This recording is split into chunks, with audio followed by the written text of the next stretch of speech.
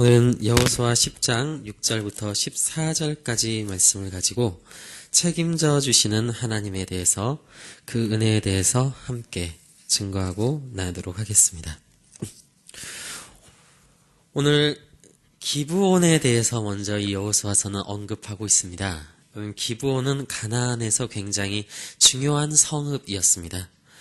오늘 2절을 보니까 10장 2절을 보니까 크게 두려워하였으니 이는 기브온은 왕도와 같은 큰 성이며 아이보다 크고 그 사람들은 다 강함이라 라고 표현하고 있습니다. 자, 이 기브온은 첫째 왕도와 같이 큰 성읍이었습니다. 둘째, 이것은 아이 성과는 비교할 수 없는 아주 큰 성이고 그 사람들은 강한 자들이었습니다. 자, 이런 기브온이 오늘 이 9장을 보니까 이스라엘과 조약을 맺고 이제 이스라엘과 동맹을 맺었어요. 자, 그러자 다른 가나안 성읍들의 왕들이 여기에 대해서 굉장히 위협을 느꼈겠죠. 자, 그들은 커다란 두려움을 느꼈습니다. 그래서 이 가나안 족속들도 이거 안 되겠다. 우리들도 힘을 합쳐서 그들과 대적해서 이 기브온을 다시 빼앗아 와야겠다. 그들은 결심을 합니다.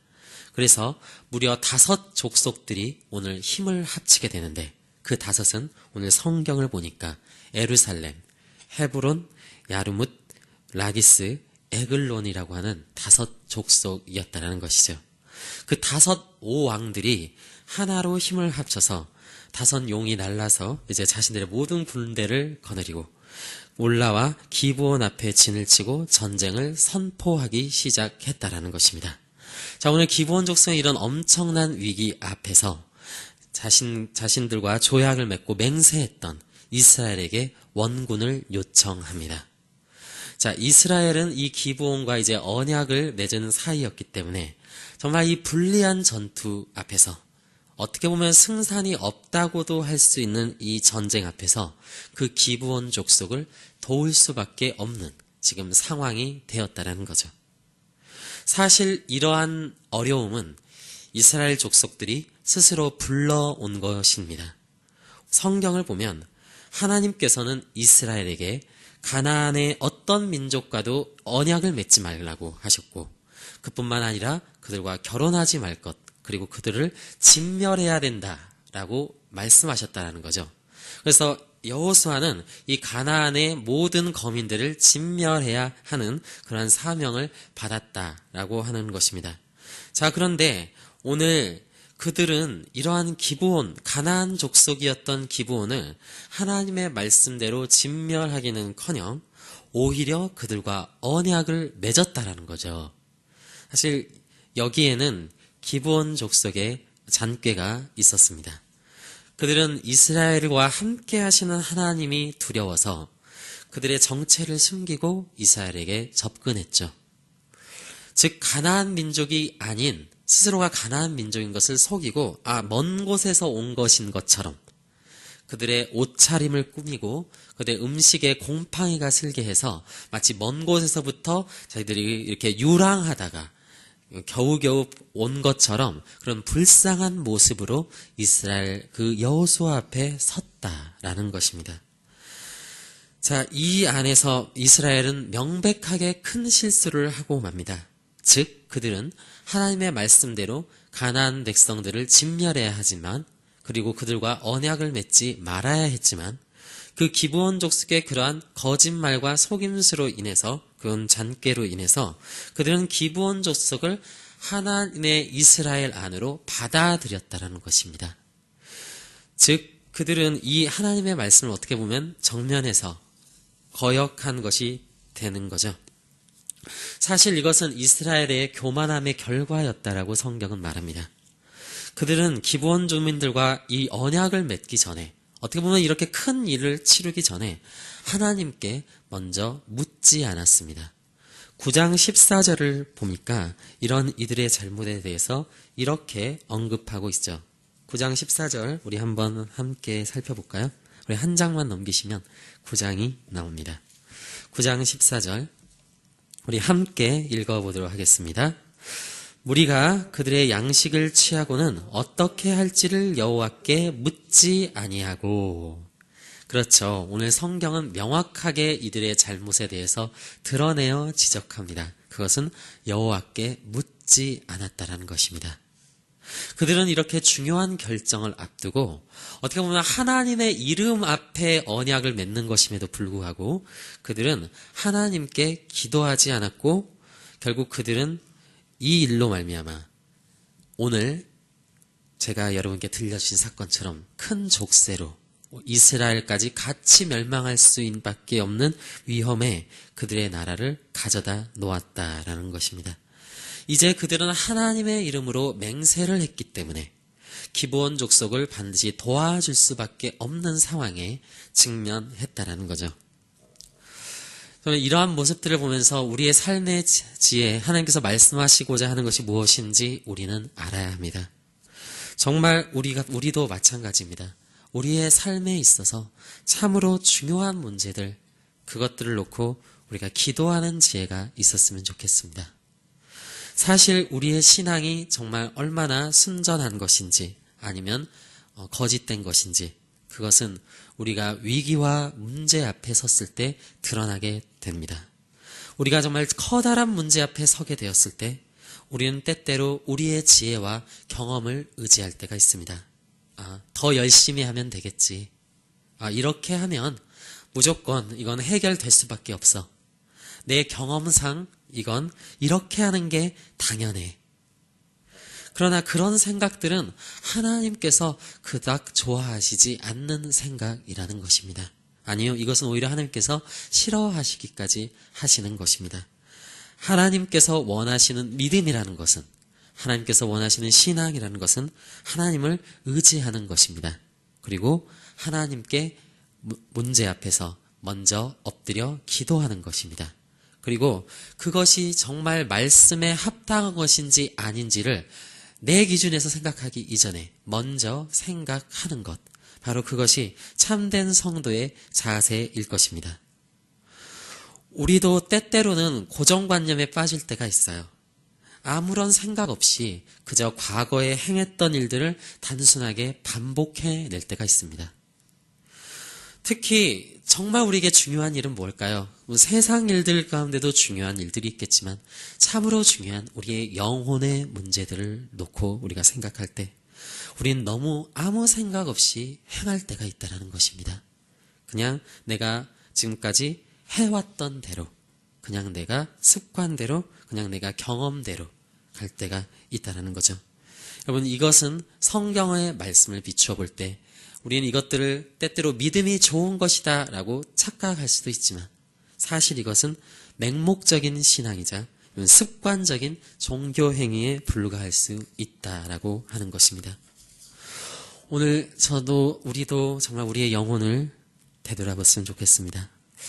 어느새 하나님에 대한 기쁨과 사랑을 잃어버리고 그저 오늘도 더 열심히 기도하며 더 열심히 봉사하고 있지는 않은지, 그 모든 우리의 영혼의 중심들, 하나님께서 주신 모든 기쁨들을 잃어버리고 복음의 감격은 잃어버린 채 그저 과거에 행한 대로 열심히 그저 예배하고 있는 나를 보며 그래도 난 여전히 신앙을 잘 지키고 있어, 나 정도면 믿음이 좋아 라고 말하며 자기 자신을 속이고 위로하고 있진 않은지 스스로 돌아봐야 할 것입니다.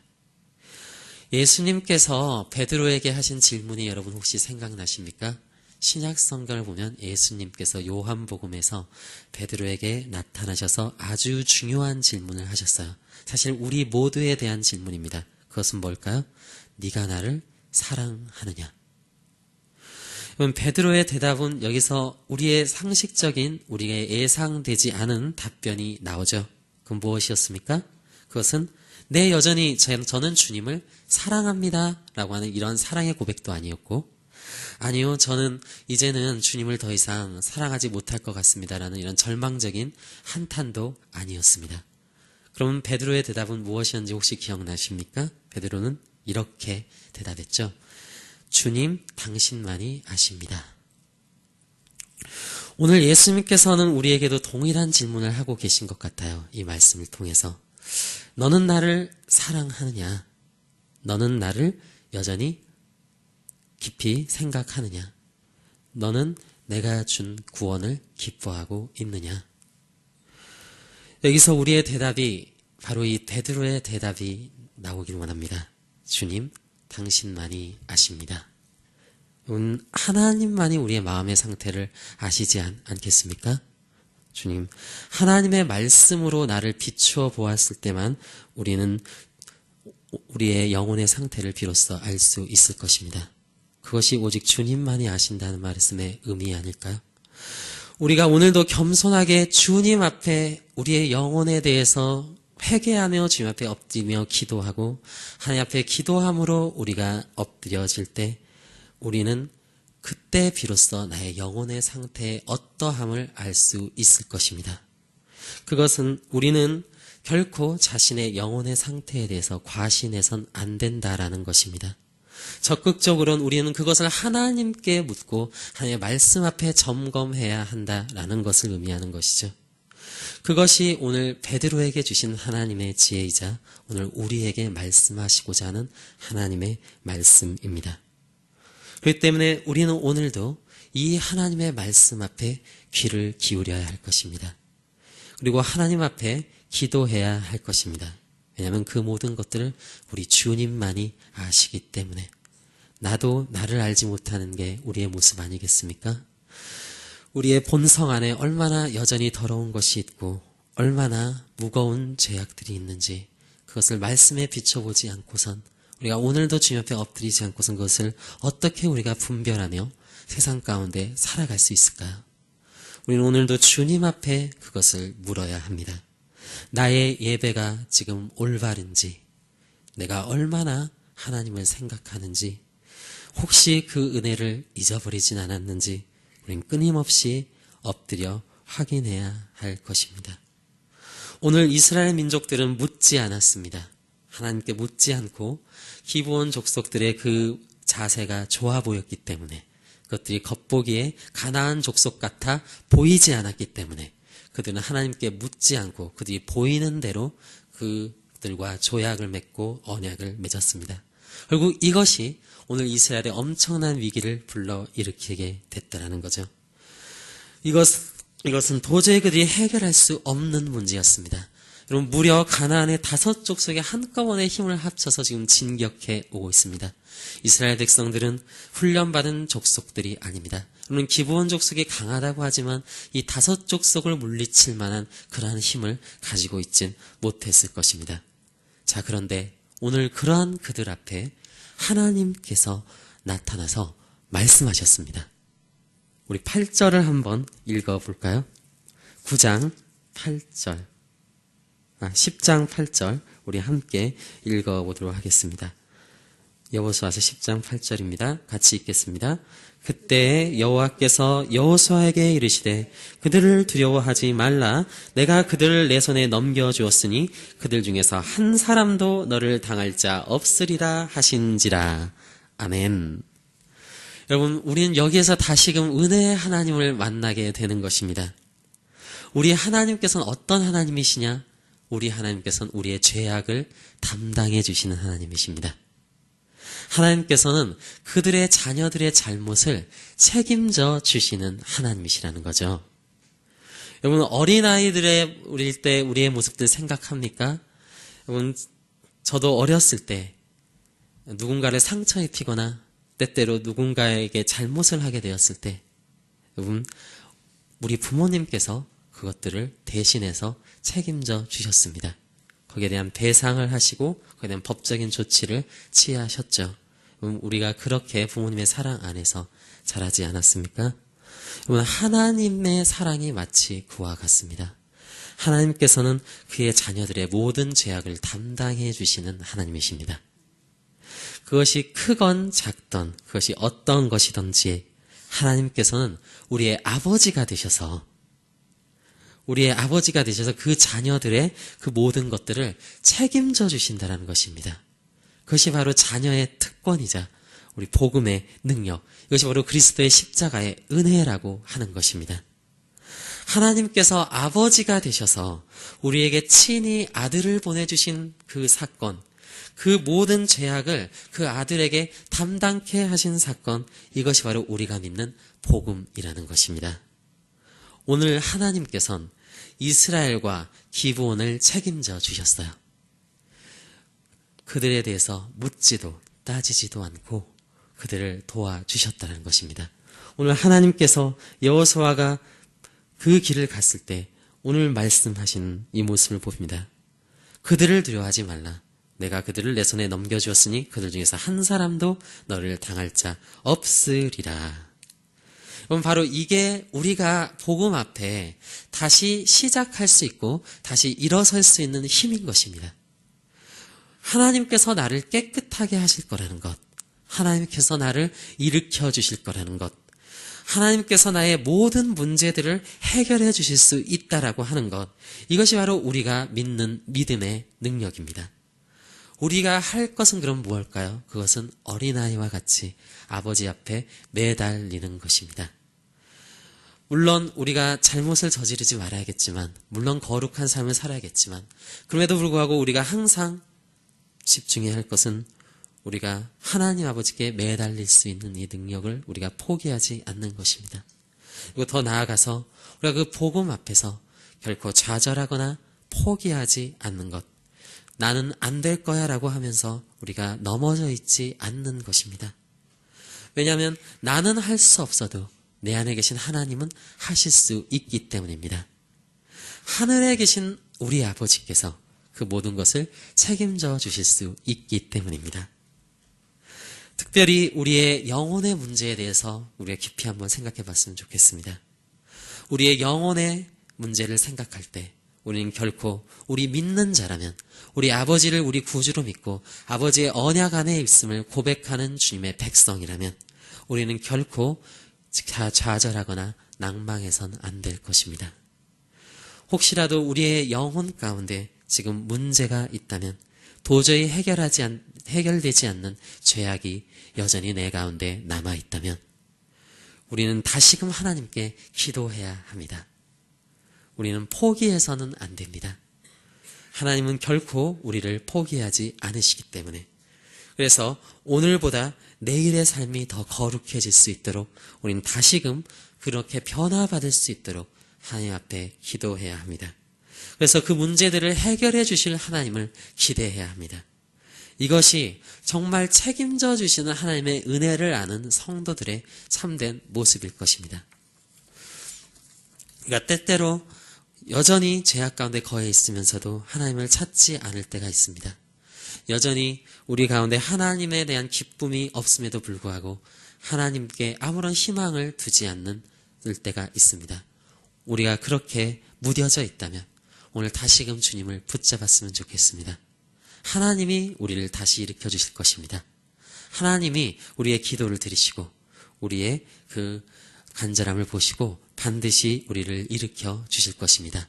그것이 바로 하나님의 은혜라는 것입니다. 우리는 여기서 여호수아의 모습을 또한 주목해 볼 필요가 있습니다. 오늘 여호수아는 기브온을 책임질 줄 아는 사람이었습니다. 그는 기브온이 도움을 요청했을 때 그것을 결코 외면하지 않았어요. 왜냐하면 그는 언약을 깰 수 없었기 때문에, 기브온은 이미 언약 안에 들어온 하나님의 백성이었다는 것입니다.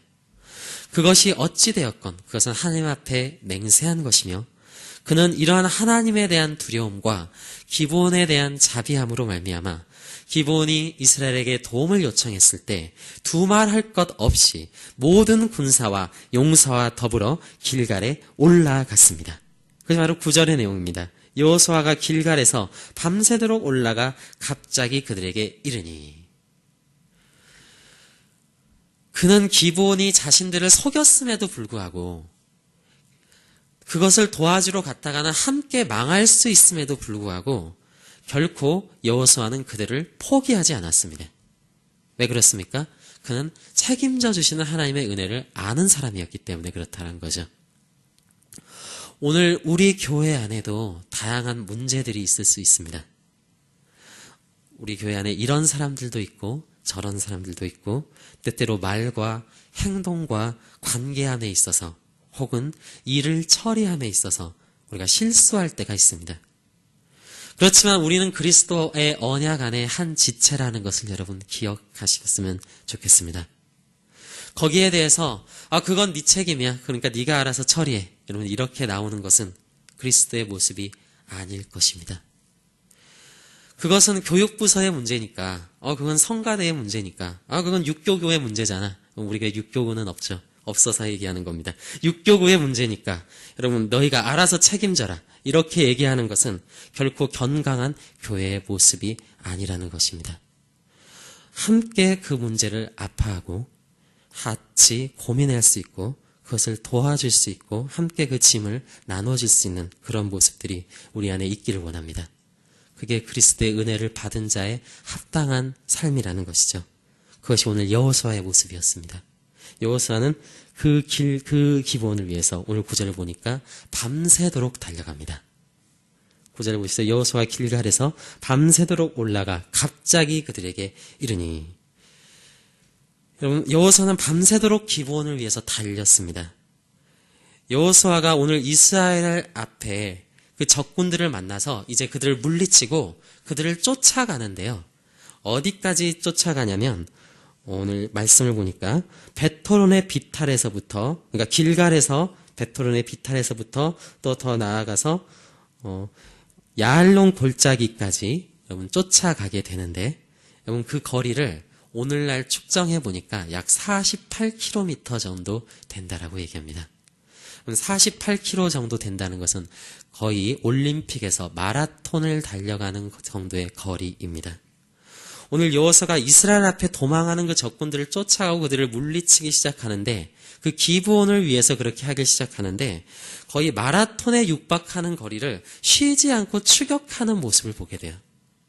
이러한 여호수아의 모습을 통해서 저는 다시금 저의 모습을 되돌아보았습니다. 나는 교회를 위해서 얼마나 기도하고 있는가? 나는 성도들의 문제를 놓고 얼마나 고민하고 얼마나 기도했는가? 얼마나 열정을 가지고 움직였는가? 오늘 하나님은 오늘 그러한 이스라엘 가운데 역사하셨습니다. 아니, 하나님이 역사하셨기 때문에, 하나님이 그 여호수아 안에 계셨기 때문에 여호수아는 그렇게 할 수 있었던 것입니다. 하나님이 역사하시는 교회는 그런 교회인 것 같습니다. 오늘 이스라엘 가운데 임하신 하나님의 능력을 보십시오. 10절을 보니 여호와께서 그들을 이스라엘 앞에서 패하게 하심으로, 11절도 봅니다. 여호와께서 하늘에서 큰 우박덩이를 아세가에 이르기까지 내리시매 그들이 죽었으니 이스라엘 자손의 칼에 죽은 자보다 우박에 죽은 자가 더 많았더라. 여호수아가 기브온을 향해 달려가기 시작했을 때 하나님은 이미 여호수아보다 더 앞서 계셨다라는 것입니다. 여호수아를 이기게 하신 것은 하나님이시요, 여호수아의 칼보다 하나님께서 내리신 우박에 죽은 자가 훨씬 많았다는 이 사실을 우리는 기억합니다. 우리가 물론 이 문제들을 놓고 우리가 일하면 얼마나 일할 수 있을까요? 우리가 책임지면 얼마나 책임질 수 있을까요? 그러나 분명한 것은 이러한 그리스도의 마음으로 그 하나님의 나라를 위해서 기도하는 성도를 통해서 하나님은 이러한 역사를 오늘날도 일으키실 수 있다라고 하는 사실입니다. 그것이 바로 우리에게 중요한 것입니다. 정말 이 여호수아의 마음을 가지고 서로를 돌아보는 교회 가운데 하나님의 능력이 함께 하실 거라는 사실이죠. 그것이 바로 우리가 일할 수 있는 능력의 근원이 됩니다. 하나님이 일하시고 하나님이 움직이신다라는 것, 이것이 바로 교회 가운데 내려진 큰 권세이자 축복인 것이죠. 우리가 서로를 그리스도의 사랑과 섬김으로 돌아볼 때 그보다 먼저 우리를 돌보시고 우리의 인생을 하나님께서 책임져 주신다는 것입니다. 오늘 우리는 이 말씀을 통해서 정말 하나님의 그 은혜를 경험하길 원합니다.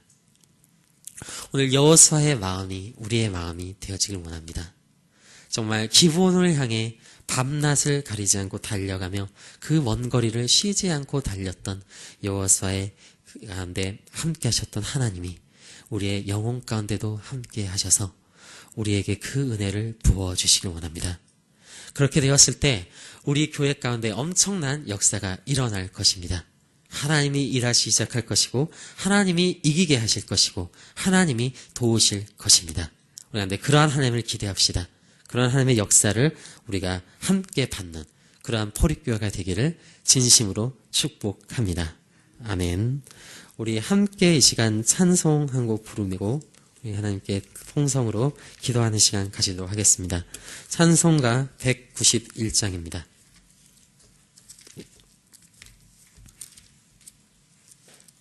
찬송가 191장 내가 매일 기쁘게. 우리 하나님의 함께 계심이 우리의 능력의 근원입니다. 우리 191장 내가 매일 기쁘게 함께 찬송하겠습니다.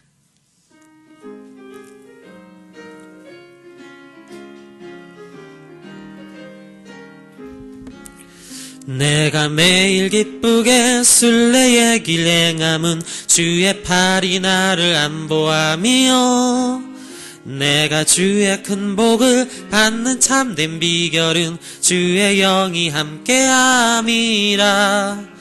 성령이 계시네 할렐루야 함께하시네. 좁은 길을 걸으며 밤낮 기뻐하는 것 주의 영이 함께함이라.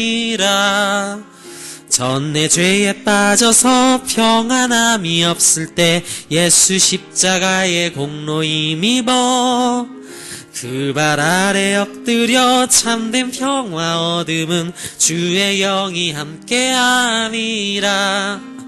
성령이 계시네 할렐루야 함께하시네. 좁은 길을 걸으며 밤낮 기뻐하는 것 주의 영이 함께함이라.